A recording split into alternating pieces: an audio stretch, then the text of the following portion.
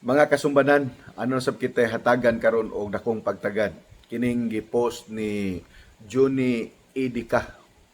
Si Juni Idika nag-post sa iyahang sa social media, ingon siya, Domingo ang tinuod nga adlaw igpapahulay. Mga kasumbanan, kinsa kay nag-ingon niya nga Domingo ang tinuod nga adlaw igpapahulay. Kung atong hunahunaon, kung atong tun-an yun ang balaan kasulatan, wa man gyud kay mabasa nga giingon nga Domingo ang tinuod nga adlaw igpapahulay. Kamong nagabantay sa adlawng Domingo, unsa man gyud ang inyong pagbantay sa Domingo? Gitahod ba ninyong adlawng igpapahulay o gitahod ninyo nga adlaw sa pagsimba? Kay maglibog man ta ninyo sa mga protestante gawa sa Adventist. Wala na may adlawng igpapahulay. Pero nganong moingon man nga ang Domingo tinuod nga adlaw igpapahulay, gawa sa Catholic. Kay giangkon man gyud sa Catholic nga sila'y nagbalhin sa adlawng igpapahulay gikan sa Sabado ngadto sa Domingo.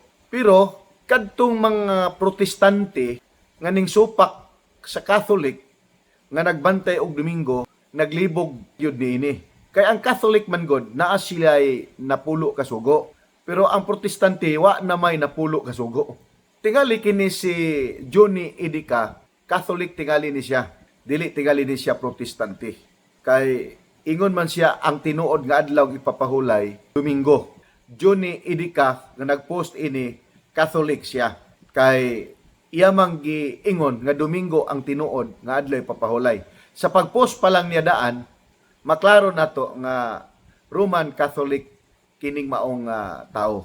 Pero kung sumala sa balaang kasulatan, dili gid na tinuod.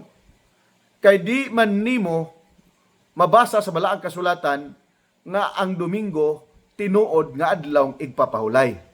Sa Roman Catholic Church, ang ilang gisunod ang Romano man, dili man ang Biblia, dili man si Kristo. Dili pud ko mutuo sa giingon ni Father Gitgano nga nailisdan ang adlaw ipapahulay gikan sa Sabado ngadto sa Domingo tungod kay si Kristo na banhaw. Tungod kay giangko na sa ilahang mga pangulo nga sila ang nagbalhin. Si Kristo wala magbalhin. Ila lang gipahid ni Kristo aron matabunan ang tinuod nga pagbalhin sa pagkabalaan gikan sa Sabado ngadto sa Domingo nga sila ray naghimo-himo. Asa man mabasa, mga kasumbanan. Nia, atong basahon ang ilang pag-angkon. James Cardinal Gibbons, The Faith of Our Fathers, page 89. You may read the Bible from Genesis to Revelation, and you will not find a single line authorizing the sanctification of Sunday. The scriptures enforce the religious observance of Saturday. The Faith of Our Fathers, page 89. Si Father Gitgano, wala man pud na siya magsulat og libro nga iyahaning supakon ang giingon ni James Cardinal Gibbons. Sa Faith of Our Fathers, page 89. Unya, niya pagyud. Sa Convert Catechism, gisulat ni Peter Geierman, 1948, page 50. Which is the Sabbath day? Saturday is the Sabbath day. Why do we observe Sunday instead of Saturday? Because the Catholic Church transferred the solemnity from Saturday to Sunday. Giangkon man na nila na. So, si Juni Idika nga nagpost ini, iya ra pud nang nadunggan tingali sa ilahang mga Catholic faith defenders.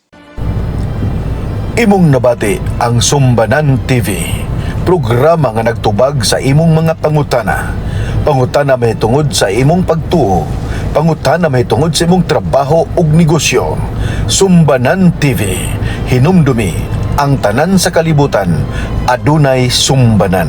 Kung doon na kamoy pangutana, ipangutana dinha sa ubos sa comment section kay ato kanang tubagon dinhi sa atong tulumanon. Kay adunay ginaingon, siya nga adunay kahibalo, lig-on og prinsipyo, apan ang kulang og kasayuran, huyang ang barugkanan. Daghang salamat.